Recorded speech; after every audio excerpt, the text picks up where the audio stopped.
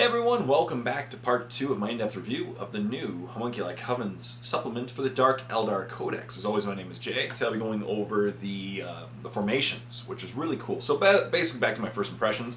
As I said, it's a really interesting supplement. I think it's by far the most interesting supplement because it actually focuses on a specific section of the previous codex and really restricts what you can take. It's a really themed supplement, and I really like that. If they keep doing this with other supplements, I actually think that's going to be very cool.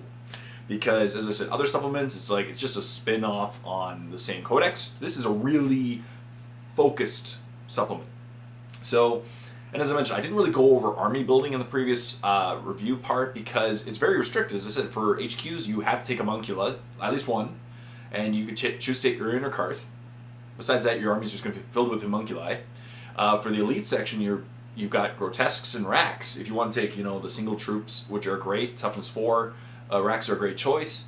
Racks, otherwise Grotesques, 3 wounds. And if they get will not die, which a lot of these special rules enable them to get, it'll really keep them alive in the game.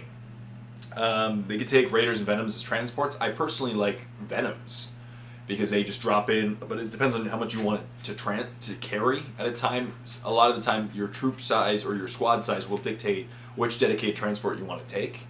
And there's Talos and Chronos engines. I'm personally a fan of the Chronos engine, as I mentioned in the last one. I really love the 4-up Feel No Pain that it can give. A squad of 3 Chronos engines spaced around the board will really help you out. And Talos engines are really great and have their role in the battlefield too. And that's all you can take really for the supplement. So it's going to be a very, if you know you're going up against this list, you can kind of guess what your opponent's going to take, because there's not much that they can take. Not that many deviations. But there are a lot of cool formations in this supplement which you can take, and the formations are each interesting. As I said, if you want to take this supplement, you know what you're going to be taking anyway, so they just add, icing to the cake of what you want to take, and so that's pretty cool. So we'll be going over all the formations in this supplement, or in this video. So the first one is called the Scalpel Squadron, and I really like this one. So it is just 2 units of Racks and 2 Venoms. So 2 units of Racks in Venoms. Standard. That's a formation that you'd probably be taking normally. The restrictions: each unit of Racks in this formation must be given one of the formation's Venoms as a dedicated transport, of course. Special rules: first pickings, and this is where if the unit in this formation completes the first blood secondary objective, the controlling player scores D3 victory points instead of 1. That's great. D3 points. So if you roll lucky and you get a 3, that is really sweet, because in a lot of games like the Relic or if you're playing Emperor's Will, D3 will essentially win you the game if you get that. It could win you the game. It has a very high power to that. And of course, Freakish Spectacle. Enemy units within 12 inches of 1 or more models in the detachment suffer 1 penalty to leadership tests. And Surgical Excision. All of the Rack units in this formation begin the game embarked upon their Venom transports and must be placed in reserve. So you got to come on turn 1 or 2, or sorry, turn 2 plus. But of course, you get the Warlord trait. Allows you to dictate, essentially they can come in turn 2 pretty easily. And the controlling players, all units in this formation arrive automatically in the controlling player's first turn and must deploy by Deep Strike. Alpha Strike, you can drop them exactly where you want on the battlefield and let them have fun. So there's nothing wrong with that. It's basically they become Grey Knights. Grey Knight special rule. That's pretty sweet. So for the first formation, reading all the formations, I think Scalpel Squadron is a really just solid choice because it's simple. You only need 2 squads of Racks in Venoms, and you instantly Deep Strike them in on your opponent's face. Turn 1. So it closes the gap instantly, and definitely increases the chance of getting first blood. Because especially if you go first, the odds are you can drop them in and kill whatever you want. You pick a light target, especially with Venoms. You just shoot a bunch of them with that many shots, and you can get first blood very quickly. So it's going to be cool stuff. Next one is these pronunciations are interesting. The Corpse Thief Claw. Corpse Thief Claw is just 1 unit of Talos. 1 unit of Talos. Now I prefer Chronos, but Talos are pretty sweet too, except it must contain 5. It must include 5 Talos, which usually the formation is up to 3. But it must include 5. Special rules: Freakish Spectacle, which we've already gone over. -1 to leadership test. And plus, they will be they have fear. So that's good. It'll be helping them score. Then let the Heart Harvest begin. Each time a unit in this formation completely destroys an enemy non-vehicle unit in close combat, the controlling player scores 1 victory point.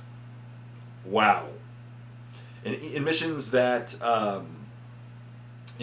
where players earn victory points for completely destroying enemy units, the controlling player will score 1 additional victory point. So it just doubles your victory points in that case. That's awesome. And gives them Scout. So turn 1, they get to move up before the game even begins. That's awesome. So it helps get them where they need to go and destroy stuff. They will be destroying stuff. They only get 3 attacks now as opposed to D6 in the old codex. But still, they'll be destroying stuff, and you get an extra victory point for every squad you kill. Pretty awesome. That's pretty awesome. So right now already, you're just going to build up those victory points on your opponent, and your opponent's not going to know what to do. Especially in games like the Relic or Emperor's Will. I don't mean to repeat myself, but if you're playing Emperor's Will, there's only, there's not that many points available to your opponent. And the Relic especially, there's only, the Relic and the secondary objectives. So if you kill 3 squads, you instantly just negated the power of the Relic. So that's pretty awesome right there. If you're running these formations. Depending on what you're running in your crazy games, but that'd be cool. Well, I guess you can run these a lot in Apocalypse, but still, even in Apocalypse, depending on your scenarios, it's going to be good stuff. The next one, Grotesquerie, where it's Urian or Karth, or 1 Homunculi, and Homunculus, I guess, plural, single. 2 units of Grotesques. Who wouldn't be taking that? If you're taking this codex, you're probably taking that. Restrictions, none, and they get latest experiments. After determining warlord traits, but before deploying the first unit in your army, roll a d6 and look up the result on the table below. All units of Grotesques in this formation receive the characteristic bonus or special rule listed. So on a 1, Mauler Steroids, +1 strength. 2, +1 toughness. 3, fleet. 4, shred. 5, rage. 6, feel no pain, 4+. Solid. Solid choice. And I should also mention, as I said in the previous version, the previous episode of this review, that if you destroy something for kill points purposes, it counts as the actual thing. So if you have 2 units of Rax and 2 Venoms in a squadron, it counts as 4 points for victory points if they destroy the whole thing. So, cool. So we got over Grotesques. Next one, Scarlet Epicureans. Scarlet Epicureans, 1 Homunculus. 1 Chronos, 2 units of Rax. Solid. Solid stuff. I really like these formations. They get Freakish Spectacle, Macabre, I don't know how to pronounce that one, Collectors. All units of Rax in this formation that are within 12 inches of the formation's Homunculus have the Precision Strike special rule. Okay, not bad. And Master of Epicureans. The units of Rax in this formation treat the current turn as being 1 higher when it actually is when determining what special rules they benefit from the Power of Pain special rule. This is cumulative with the Master of Pain or Father of Pain special rules. See Codex Dark Eldar. That's awesome. So you can instantly get like 4 up. You can just keep stacking these things and get 4 up Feel No Pain or 5 up Feel No Pain instantly. Plus it's a Chronos in there, which gives like a 4 up Feel No Pain if you give them the upgrade, which gives a +1 benefit to the Feel No Pain. So it's a 4 up Feel No Pain. Everything. That's awesome. Again, just great. I love every formation. I'm like, that's awesome, that's awesome, this is awesome, this is awesome. Alright, next one, the Dark Artisan. Cool names. By the way, whoever came up with these names, props to you. Good names. 1 Homunculus, 1 Talos, 1 Chronos. This is awesome. This formation, easy. Like these formations are easy and intuitive to grab. Like I can see these in every army if you want to see these formations. Special rules. Follow me, my children. And then, by the way, if you have to read it like that, follow me, my children. All units in this formation must be fielded as a single unit, even though this is not normally allowed. So you have a Homunculus, a Talos, and a Chronos all running around together. It'd be fun. Models with this independent special rule cannot join this unit. And they also get Master of Diabolical Machines. They also get Freakish Spectacle, but we've already discussed Freakish Spectacle. Everything gets Freakish Spectacle. Master of Diabolical Machines. This formation's Talos and Chronos add 1 to their weapon skill and initiative characteristic on their profile. Furthermore, if this formation's Homunculus is your army's warlord, do not roll to determine his warlord trait. He automatically has the Master Artisan warlord trait. Master Artisan warlord trait is all friendly Talos and Chronos models within 12 inches. Reroll their feel no pain rolls of 1. Keeps him alive. Solid. I like. So many formations. Next formation. Covenite Flesh Corpse. So the Covenite Flesh Corpse. Formation is 1 Haemonculus. 3 units of Rax. 3 Raiders. And I'm guessing the restrictions, the Rax have to be in the Raiders. Yep, restrictions. Each unit of Rax in this formation must be given 1 of the formation Raiders as dedicated transport. Because that's the rule. In this particular Codex supplement, everything has to be all the Raiders and Venoms have to be dedicated transports. And you get Freakish Spectacle and Master of Flesh. As long as this formation's Haemonculus is alive, his Master of Pain special rule affects all units of Rax in his formation within 12 inches, not just his own unit. Solid, right? He gives the Master of Pain +1 to the turn, right, it counts. So at turn 1, they get 5 up Feel No Pain, or 6 up Feel No Pain. Turn 2, 5 up Feel No Pain, you know. Furthermore, if this formation's Haemonculus is your army's Warlord, do not roll to determine the Warlord trait. He automatically gets Master of Apotheosis Warlord trait, which is treat the current turn as being 1 higher. No, sorry, Power of Pain. Master of Apotheosis. Your Warlord and any rack models in his unit have 4 up Feel No Pain. Solid.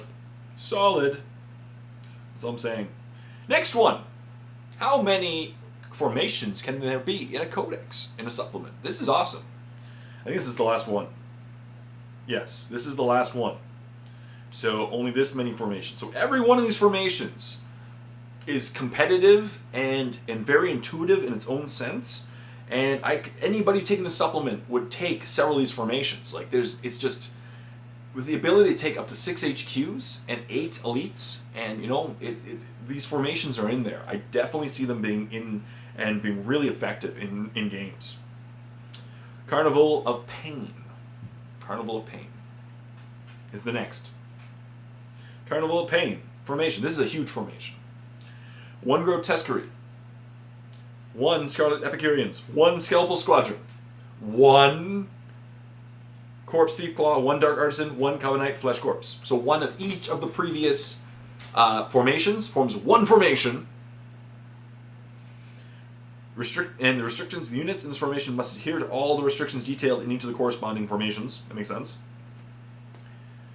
And then the units in this formation retain all special rules specified in the corresponding formation data sheets. In addition, the following rules apply. Lord of Pain, as long as Urian Rakarth, because Urian Rakarth is in one of them, or the Haemonculus from the Grotesquerie formation is alive, his Father Mastery Pain special rule affects all non-vehicle units in the formation.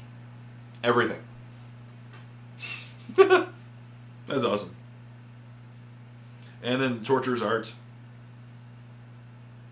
All non-vehicle units from the Carnival of Pain reroll failed to wound rolls of 1 in close combat. Another bonus. So that's it. So my thoughts. All these formations are solid. I really like all of them. They all just really are awesome. You know, they work well together, and then you can form them all together into the final one. The Carnival of, you know, and just, you know, eat everyone to shreds. That's the Carnival of Pain. I would love to see that on the table. It'd just be awesome. Every one of these is awesome depending on how you want to run your army. Because you don't have that many choices in the supplement to take, so you're going to include pretty much all these anyway. Basically, choose what you want to take in your army, and then there's got to be a formation for that, because all the formations basically cover all the possibilities. So you're in great shape there. I think it's an interesting supplement. I don't know how competitive. I think it will be, but I don't think it's missing the fast attack choices, which is what the previous codex, the Dark Eldar Codex, really shined. But I think it's going to be interesting. I think it's going to be a really interesting supplement, and I think there's going to be some nasty, nasty combinations. With these formations especially, it's going to be pretty nasty. So, yeah. So thank you very much for watching. It's 14 minutes in, so I'll end it here. And in the next part, I'll be going over the scenarios with the objectives. So stay tuned for that. Please leave a comment in the comment section down below what you thought of the formations. Anything you want to add, anything you disagree with me, anything you agree with me. Conversation is obviously awesome. And stay tuned for the next part. Until next time, this is Jay saying, happy painting.